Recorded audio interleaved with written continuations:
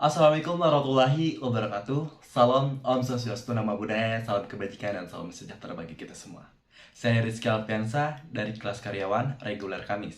Saya beserta teman-teman kami dari kelompok 1 akan membahas tentang sumber-sumber hukum tata negara. Sumber hukum tata negara. Sumber-sumber hukum dibedakan menjadi dua bagian, yaitu ada sumber hukum formil dan sumber hukum material. Sumber hukum adalah segala sesuatu yang berupa tulisan, dokumen, naskah, dan sebagainya yang dipergunakan oleh suatu bangsa sebagai pedoman hidupnya pada masa tertentu. Sumber hukum sering juga disebut dengan source law, atau dikatakan sumber hukum adalah segala sesuatu yang dapat menimbulkan atau melahirkan hukum, atau segala sesuatu yang menjadi asal mulanya hukum. Sumber hukum dalam arti formil adalah sumber hukum yang memiliki suatu bentuk atau produk yang nyata. Karena dari suatu bentuk itu maka hal tersebut berlaku secara umum, ditaati dan diketahui serta memiliki daya laku atau liat. Disinilah suatu kaidah memperoleh kualifikasi sebagai kaidah hukum dan oleh yang berwenang. Ia merupakan petunjuk hidup yang harus diberi perlindungan. Sumber hukum dalam arti material adalah merupakan suatu sumber hukum yang mana ditentukannya suatu isi hukum. Bagi para sarjana hukum, yang paling penting adalah sumber hukum dalam arti formil sebagai landasan yuridis. Akan tetapi akan kemudian dikatakan perlu jika ingin mengetahui terikat akan asal-usul dari hukum itu sendiri. Ia akan memperhatikan sumber hukum dalam arti material. Sumber hukum dapat ditinjau dari sumber hukum sejarah, sumber hukum kemasyarakatan, sumber hukum ditinjau dari filsafat, sumber hukum formil, dan sumber hukum politis. Adapun macam-macam sumber hukum terdiri dari sumber hukum formil. Sumber hukum yang telah memiliki bentuk-bentuk formal tersendiri secara yuridis telah diketahui dan berlaku secara umum.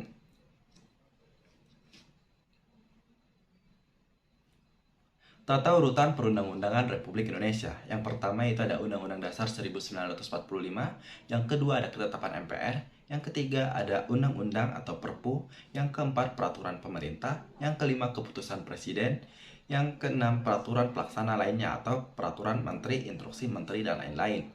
Yang dimaksud dengan sumber-sumber hukum formil yaitu adalah kebiasaan, traktat, jurisprudensi, dan doktrin. Sumber hukum material yaitu sumber-sumber hukum yang menentukan isi atau materi pada hukum tersendiri, baik dengan cara yang langsung maupun tidak langsung.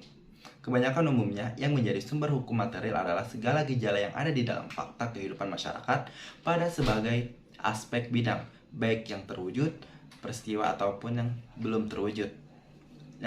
terwujud peristiwa.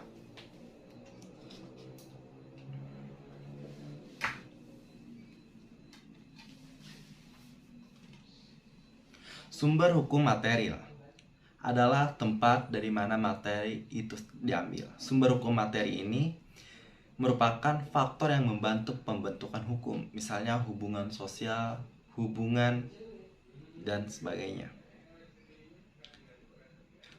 Assalamualaikum warahmatullahi wabarakatuh. Perkenalkan, nama saya Ahmad Bayaki. Di sini saya akan menjelaskan sumber-sumber hukum tata negara Indonesia. Indonesia memiliki macam suku dan agama yang beragam, di mana setiap pengaturan hal-hal yang berkaitan terhadap publik dan privat haruslah teratur dalam sebuah tatanan hukum yang eksplisit. Perlu diketahui menurut statistik, keberagaman budaya dan adat di Indonesia ada kurang lebih 1000-an, sehingga banyak sumber-sumber hukum yang harus diakomodir, hukum positif yang berlaku secara umum dan publik. Perlu kita ingat kembali bahwa Indonesia adalah negara hukum yang telah diteramatkan dalam Undang-Undang Dasar Negara Republik Indonesia pada 1 ayat 1 bahwa Indonesia negara kesatuan Republik Indonesia, yang bentuk pemerintahnya republik dan bernegara, hukum dan restat. Dalam penjabaran yang lebih lanjut, sumber-sumber hukum adalah sebagai berikut. Undang-Undang Dasar 1945. Undang-Undang Dasar 1945 yang mulai sah dan berlaku pada 18 Agustus 1945 sampai dengan 27 Desember 1949. Dan setelah itu terjadilah suatu perubahan dasar negara yang mana menimbulkan Undang-Undang Dasar 1945 tidak berlaku. Kendati demikian, dengan adanya dekret Presiden pada tanggal 5 Juli tahun 1959, akhirnya Undang-Undang Dasar 1945 berlaku kembali dan terus berlaku sampai saat ini. Ketetapan MPR. Ketetapan Majelis Permusyawaratan Rakyat atau yang dikenal singkatan TAP MPR ini merupakan produk aturan yang dibuat oleh MPR, di mana dalam aturan ini memiliki ketentuan yang meliputi 1. Garis-garis besar dalam bidang legislatif yang diimplementasikan dengan undang-undang.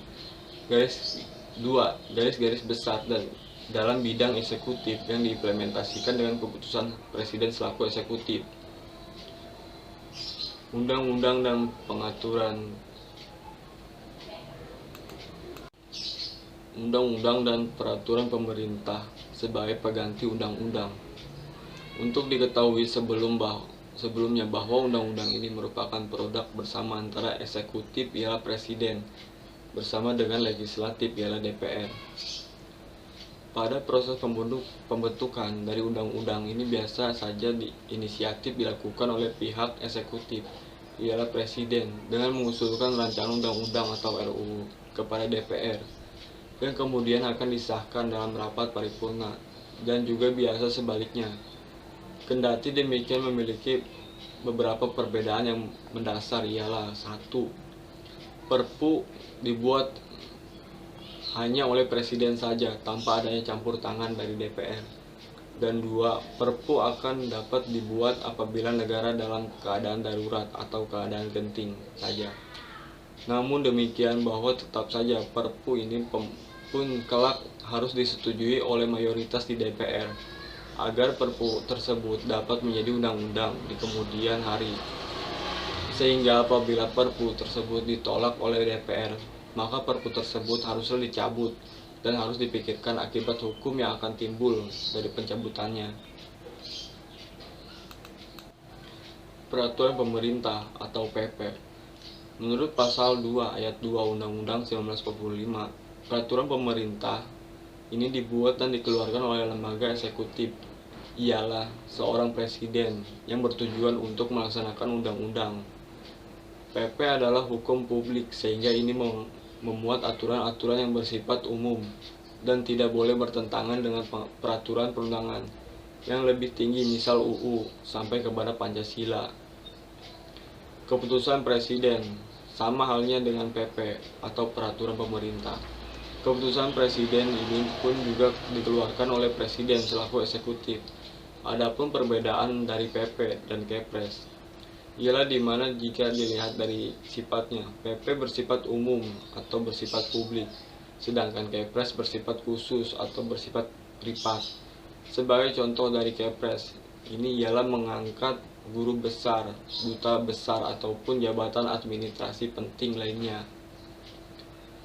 Peraturan Menteri dan Surat Keputusan Menteri. Peraturan Menteri yang dikenal dengan singkatan Permen adalah merupakan suatu peraturan yang dimana dikeluarkan oleh menteri yang terdapat di dalam kabinet yang menjadi pembantu presiden dalam urusan negara, di mana peraturan ini berisi suatu ketentuan-ketentuan tentang ruang lingkup tugas dan bidangnya.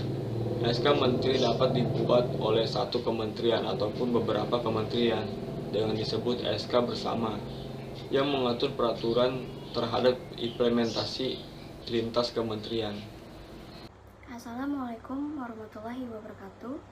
Saya Yolanda, saya di sini ingin menjelaskan tentang sumber-sumber hukum lainnya. Di negara Indonesia kita ini memiliki sumber hukum yang bersifat tertulis dan sumber hukum yang tidak tertulis. Sumber hukum tertulis itu terdiri dari formil dan material. Dan untuk sumber hukum yang tidak tertulis biasanya disebut adalah hukum adat, atau dengan istilah lain adat law.